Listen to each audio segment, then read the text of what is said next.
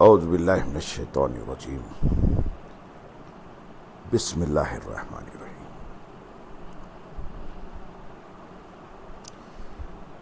برادران عزیز و معزز خواتین، آج کی اس نشست میں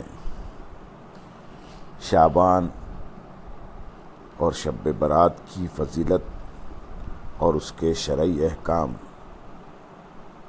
بیان کیے جائیں گے، جو پچھلی 3 نشستوں میں بیان کر چکے ہیں اور آج اسی کے تسلسل میں بیان ہوگا۔ شب برات میں دعا کی قبولیت اور مغفرت سے محروم لوگ، احادیث مبارکہ کے مطالعے سے معلوم ہوتا ہے کہ بعض گناہ ایسے بھی ہیں کہ جن سے توبہ نہ کرنے والوں کی اس رات بھی بخشش و مغفرت نہیں ہوتی، حالانکہ اس رات اللہ تعالیٰ کی رحمت کا دریا اپنے پورے جوبن پر ہوتا ہے اور اس کی جود و عطا بہت عام ہوتی ہے، اور غروب آفتاب سے لے کر طلوع فجر تک اس کی رحمت کی برسات ہوتی رہتی ہے۔ احادیث مبارکہ میں ان طبقات کو مغفرت سے محروم قرار دیا گیا ہے۔ نمبر 1، شرک کرنے والا۔ حضرت ابو موسیٰ اشعری رضی اللہ تعالیٰ عنہ سے مروی ہے کہ رسول اللہ صلی اللہ علیہ وسلم نے فرمایا، اللہ تعالیٰ شعبان کی 15ویں شب لوگوں پر ضرور نگاہ التفات فرماتا ہے اور مشرک اور کینہ پرور کے سوا اپنی تمام مخلوق کو بخش دیتا ہے۔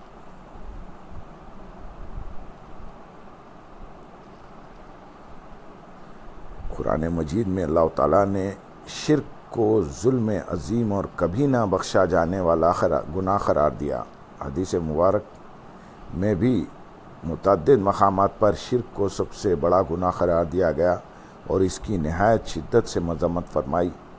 انبیاء اکرام علیہ السلام کی بعثت کا مقصود ہی انسانیت کو شرک کی ضلالت اور پستیوں سے نجات دلانا تھا۔ توحید کا مقصد انسان کو شرک سے بچا کر وحدانیت کو انسان کے رگ و پے میں اتار کر اسے صرف اللہ وحدہ لا شریک کا عابد اور ساجد بنانا ہے، تاکہ مخلوق کے آگے جھکنے کی بجائے اللہ کے آگے جھکنے سے انسان کا ظاہر و باطن توحید کی قوت سے آشنا اور ہر باطل سے ٹکرانے کا جذبہ اس کے اندر پیدا ہو۔ اور دوسری قسم جو بیان کی گئی، جن کی مغفرت میں اللہ تعالیٰ نہیں فرماتا جب تک کہ وہ توبہ نہ کریں، تو دوسری قسم یہ ہے کہ بغض و کینہ رکھنے اور حسد کرنے والا۔ دوسرا بڑا گناہ جو شب برات میں مغفرت سے مانے ہیں، وہ ایک مسلمان کا دوسرے مسلمان سے کینہ اور بغض رکھنا ہے۔ بغض و کینہ اور حسد ایسی نفسیاتی بیماریاں ہیں جو انسان کو اندر ہی اندر کھوکھلا کر دیتی ہیں۔ یہ دونوں برائیاں انسان کو ذاتی اور انفرادی طور پر اپنی لپیٹ میں لیتی ہیں، پھر ان سے وہ دوسروں کو شکار کرتا ہے۔ انسان دوسروں پر اللہ کی ظاہری انعامات و اکرامات دیکھ کر اپنے آپ میں ہی جلتا ہے۔ بعض اوقات یہ حالت اسے دائمی نفسیاتی مریض بنا دیتی ہے، اور اس سے بڑھ کر یہی حسد اکثر اوقات دشمنی اور عداوت میں بدل جاتا ہے، جس کے لیے انسان کوئی بھی حد عبور کر جاتا ہے۔ حسد کے متعلق رسول اللہ صلی اللہ علیہ وسلم کا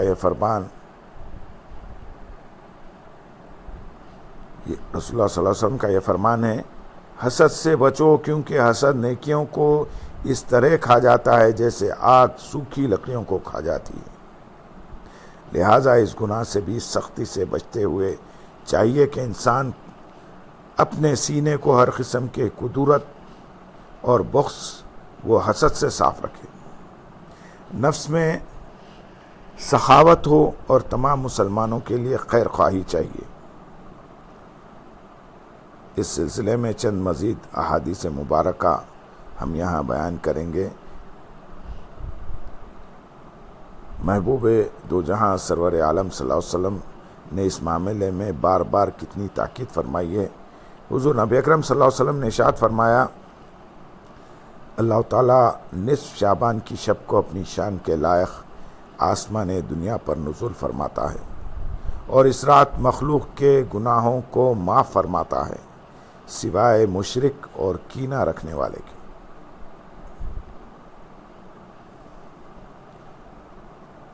کثیر بن مرہ حضرمی رضی اللہ تعالیٰ عنہ سے روایت ہے کہ حضور نبی اکرم صلی اللہ علیہ وسلم نے فرمایا، شعبان کی 15ویں رات کو اللہ تعالیٰ تمام اہل زمین کی مغفرت فرماتا ہے سوائے مشرک اور کینہ پرور کے۔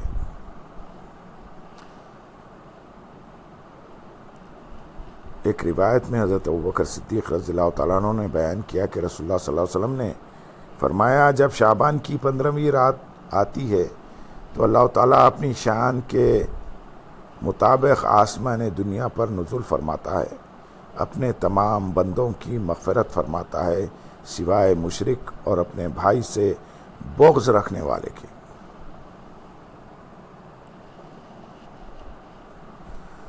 ایک روایت میں قاسم بن محمد رضی اللہ تعالیٰ عنہ اپنے والد گرامی یا چچا کے واسطے سے اپنے دادا سے روایت کرتے ہیں کہ رسول اللہ صلی اللہ علیہ وسلم نے فرمایا، اللہ تعالیٰ شعبان کی 15ویں رات کو اپنی شان کے مطابق آسمان دنیا پر نزول فرماتا ہے اور اس کے سوا جس کے دل میں بغض و کینہ ہو یا اللہ تعالیٰ کے ساتھ کسی کو شریک ٹھہراتا ہو، تمام انسانوں کی مغفرت فرما دیتا ہے سوائے ان دو کے۔ حضرت ابو ہریرہ رضی اللہ تعالیٰ عنہ سے بھی اسی طرح مروی ہے، جسے امام بزار نے روایت کیا ہے، اور حیثمی نے اس کا ذکر کرتے ہوئے فرمایا، اس کی سند میں ہشام بن عبد الرحمن راوی کو علا بن حارث سے روایت ہے کہ حضرت عائشہ رضی اللہ تعالی عنہا بیان فرماتی ہیں کہ رسول اللہ صلی اللہ علیہ وسلم نے ان سے فرمایا، اے عائشہ، کیا تم جانتی ہو یہ کون سی رات ہے؟ میں نے عرض کیا، اللہ اور اس کا رسول ہی بہتر جانتے ہیں۔ آپ صلی اللہ علیہ وسلم نے فرمایا، یہ شعبان کی 15ویں رات ہے، بے شک اللہ تعالیٰ اس رات اپنے بندوں پر نگاہ التفات فرماتا ہے، پس بخشش طلب کرنے والوں کو بخش دیتا ہے اور رحم طلب کرنے والوں پر رحم فرماتا ہے، اور حسد رکھنے والوں کو ان کے حال پر چھوڑ دیتا ہے، ان کی بخشش نہیں فرماتا۔ ایک روایت میں آپ صلی اللہ علیہ وسلم نے فرمایا، اللہ تعالیٰ ہر مومن کی مغفرت فرماتا ہے سوائے والدین کے نافرمان اور کینہ رکھنے والے کے۔ تیسری قسم، کسی کو ناحق قتل کرنے والا۔ ایک روایت میں حضرت عبداللہ بن عمر رضی اللہ تعالیٰ عنہ سے مروی ہے، رسول اللہ صلی اللہ علیہ وسلم نے فرمایا، اللہ تعالیٰ شعبان کی 15ویں شب کو اپنی مخلوق کی طرف نگاہ التفات فرماتا ہے اور کینہ پرور اور قاتل کے سوا اپنے تمام بندوں کی بخشش فرما دیتا ہے۔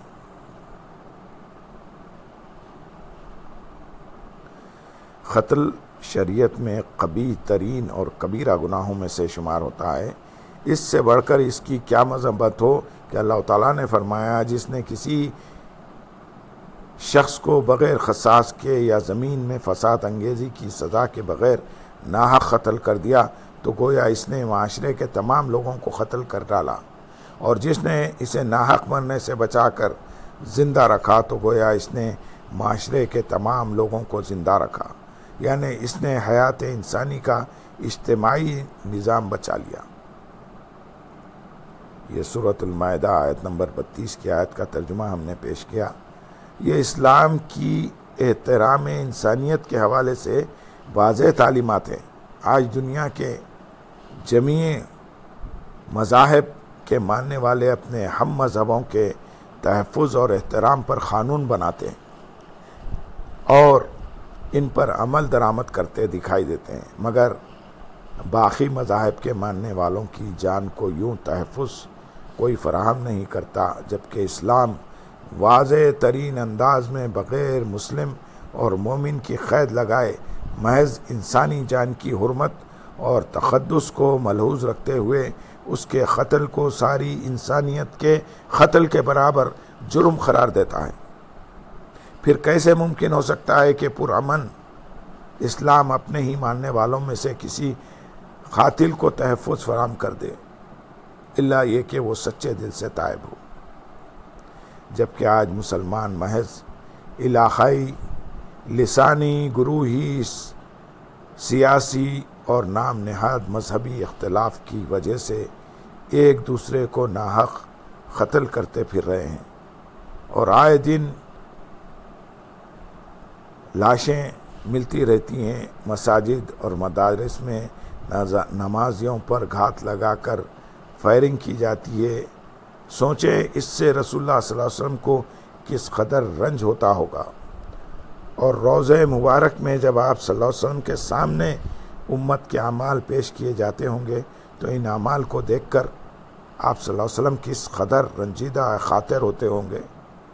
مکے کے کافر تو آپ صلی اللہ علیہ وسلم کو زندگی میں رنج پہنچاتے تھے، آج امتی اپنے اعمال بد کے ذریعے آپ صلی اللہ علیہ وسلم کو روضہ اقدس میں بھی دکھ پہنچا رہے ہیں۔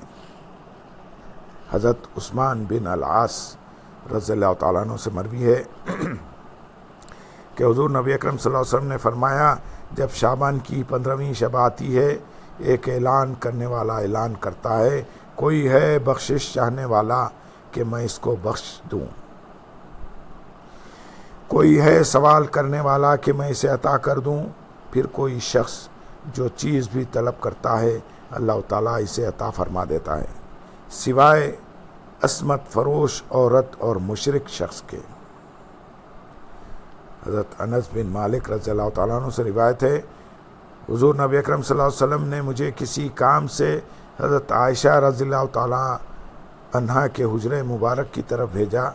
میں نے ان سے عرض کیا، امی جان جلدی کیجئے کیونکہ میں رسول اللہ صلی اللہ علیہ وسلم کو صحابہ کے ساتھ شب برات کے بارے میں گفتگو کرتے ہوئے چھوڑ آیا ہوں۔ حضرت عائشہ رضی اللہ تعالیٰ عنہ نے فرمایا، اے انیس بیٹھ جاؤ، میں تمہیں نصف شعبان کی شب کے بارے میں بتاتی ہوں، کیونکہ اس رات رسول اللہ صلی اللہ علیہ وسلم میرے ہاں قیام فرماتی۔ طویل حدیث میں حضرت عائشہ رضی اللہ تعالیٰ عنہ بیان فرماتی ہیں کہ آپ رضی اللہ تعالیٰ عنہ نے اس رات مجھ سے فرمایا،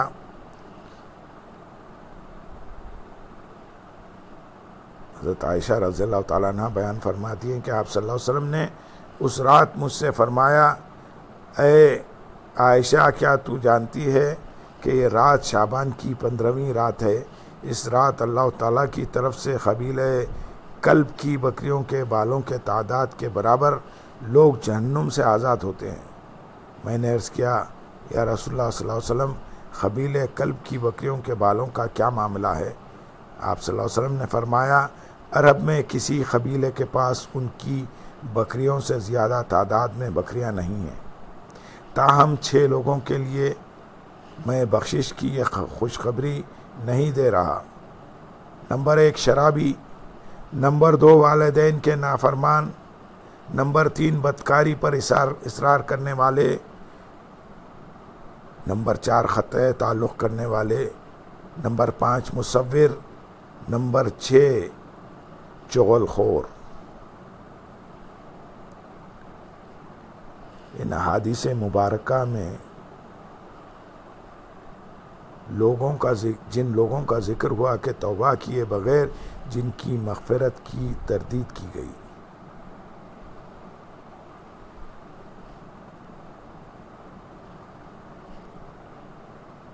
نمبر 4 شراب نوشی کرنے والا۔ شراب کو اسلام میں ام الخبائث قرار دیا گیا ہے۔ اللہ تعالیٰ نے فرمایا کہ شراب جوئے میں بہت بڑا گناہ ہے۔ شراب نوشی اور جوا ایسے عمل ہیں کہ جن کے ذریعے شیطان تمہارے دماغوں پر تسلط حاصل کر لیتا ہے، پھر شراب اور جوئے کے ذریعے تمہارے درمیان عداوت اور کینہ ڈال کر تمہیں اللہ کے ذکر اور نماز سے روکتا اور معاشرے میں شرانگیزی کے کاموں پر ابھارتا ہے۔ قرآن مجید میں اللہ تعالیٰ نے شراب نوشی کو شیطانی اور پلید اعمال میں شمار کرتے ہوئے فرمایا، اے ایمان والو، بے شک شراب اور جوا اور عبادت کے لیے نصب کیے گئے بت اور قسمت معلوم کرنے کے لیے فال کے تیر سب ناپاک شیطانی کام ہیں، سو تم ان سے کلیتاً پرہیز کرو تاکہ تم فلاح پا جاؤ۔ امام مسلم بیان فرماتے ہیں کہ ایک شخص جیشان سے آیا۔ جیشان یمن کا ایک شہر ہے۔ اس نے حضور نبی اکرم صلی اللہ علیہ وسلم سے اپنے علاقے کے ایک مشروب کے متعلق سوال کیا جس کو جوار سے بنایا جاتا تھا، اس کا نام زمر تھا۔ حضور نبی اکرم صلی اللہ علیہ وسلم نے اس سے پوچھا کیا وہ نشاور ہے؟ اس نے عرض کی جی۔ رسول اللہ صلی اللہ علیہ وسلم نے فرمایا ہر نشے آور چیز حرام ہے، اور اللہ تعالیٰ نے یہ عہد کر لیا ہے کہ جو شخص نشہ آور مشروب پیے گا اس کو تیت الخبال پلایا جائے گا۔ صحابہ نے عرض کیا یا رسول اللہ صلی اللہ علیہ وسلم تینت الخبال کیا ہے؟ آپ صلی اللہ علیہ وسلم نے فرمایا جہنمیوں کا پسینہ، یا فرمایا جہنمیوں کی آلائشوں کا نچوڑ۔ تینت الخبال جو ہے وہ جہنمیوں کا پسینہ اور جہنمیوں کی آلائشوں کا نچوڑ ہے۔ نمبر 5، والدین کا نافرمان۔ شب برات میں مسلمان جن گناہوں کی وجہ سے اللہ تعالیٰ کی مغفرت اور رحمت سے محروم رہتے ہیں، ان گناہوں میں سے ایک بڑا گناہ ماں باپ کی نافرمانی کرنا ہے۔ قرآن مجید اور احادیث مبارکہ میں متعدد مقامات پر والدین کی فضیلت و اہمیت بیان کی گئی ہے اور ان سے حسن سلوک سے پیش آنے کی وصیت اور تاکید فرمائی گئی ہے۔ اللہ تعالیٰ نے ارشاد فرمایا سورۃ الاحقاف آیت نمبر 15 میں، اور ہم نے انسان کو اپنے والدین کے ساتھ نیک سلوک کرنے کا حکم فرمایا۔ اس کی ماں نے اس کو تکلیف سے پیٹ میں اٹھائے رکھا اور اسے تکلیف کے ساتھ جنا، اور اس کا پیٹ میں اٹھانا اور اس کا دودھ چھڑانا یعنی زمانہ حمل و رضاعت 30 ماہ پر مشتمل ہے، یہاں تک کہ وہ اپنی جوانی کو پہنچ جاتا ہے، اور پھر 40 سال کی پختہ عمر کو پہنچتا ہے تو کہتا ہے میرے رب مجھے توفیق دے کہ میں تیرے اس احسان کا شکر ادا کروں جو تو نے مجھ پر اور میرے والدین پر فرمایا ہے، اور یہ کہ میں ایسے نیک اعمال کروں جن سے تو راضی ہو، اور میرے لیے میری اولاد میں نیکی اور خیر رکھ، بے شک میں تیری طرف رجوع کرتا ہوں اور میں یقیناً فرما برداروں میں سے ہوں۔ حضرت عبداللہ بن مسعود رضی اللہ تعالیٰ عنہ فرماتے ہیں میں نے حضور نبی اکرم صلی اللہ علیہ وسلم سے دریافت کیا اللہ تعالیٰ کو کون سا عمل سب سے زیادہ پسند ہے؟ آپ صلی اللہ علیہ وسلم نے فرمایا وقت پر نماز پڑھنا۔ میں نے عرض کیا پھر کون سا؟ آپ صلی اللہ علیہ وسلم نے فرمایا والدین سے حسن سلوک کرنا۔ میں نے عرض کیا پھر کون سا؟ آپ صلی اللہ علیہ وسلم نے فرمایا اللہ کی راہ میں جہاد کرنا۔ حضرت ابو ہریرہ رضی اللہ تعالیٰ عنہ سے روایت ہے کہ حضور نبی اکرم صلی اللہ علیہ وسلم نے فرمایا اس کی ناک خاک آلود ہو، پھر اس کی ناک خاک آلود ہو، پھر اس کی ناک خاک آلود ہو۔ پوچھا گیا یا رسول اللہ صلی اللہ علیہ وسلم وہ کون شخص ہے؟ آپ صلی اللہ علیہ وسلم نے فرمایا جس نے اپنے ماں باپ میں سے کسی ایک کو یا دونوں کو بڑھاپے کی حالت میں پایا اور پھر ان کی خدمت کر کے جنت میں داخل نہیں ہوا۔ حضرت سہل بن معاذ رضی اللہ تعالیٰ عنہ اپنے والد سے روایت کرتے ہیں کہ رسول اللہ صلی اللہ علیہ وسلم نے ارشاد فرمایا جس نے والدین کے ساتھ نیکی کی اس کے لیے خوشخبری ہے اللہ تعالیٰ اس کی عمر میں اضافہ فرماتا ہے۔ حضرت جہامہ رضی اللہ تعالیٰ عنہ روایت کرتے ہیں میں جہاد کا مشورہ لینے کے لیے حضور نبی اکرم صلی اللہ علیہ وسلم کی خدمت میں حاضر ہوا۔ آپ صلی اللہ علیہ وسلم نے فرمایا کیا تمہارے ماں باپ زندہ ہیں؟ میں نے عرض کیا جی ہاں زندہ ہیں۔ آپ صلی اللہ علیہ وسلم نے فرمایا انہی کے ساتھ رہو کہ جنت ان دونوں کے پاؤں تلے۔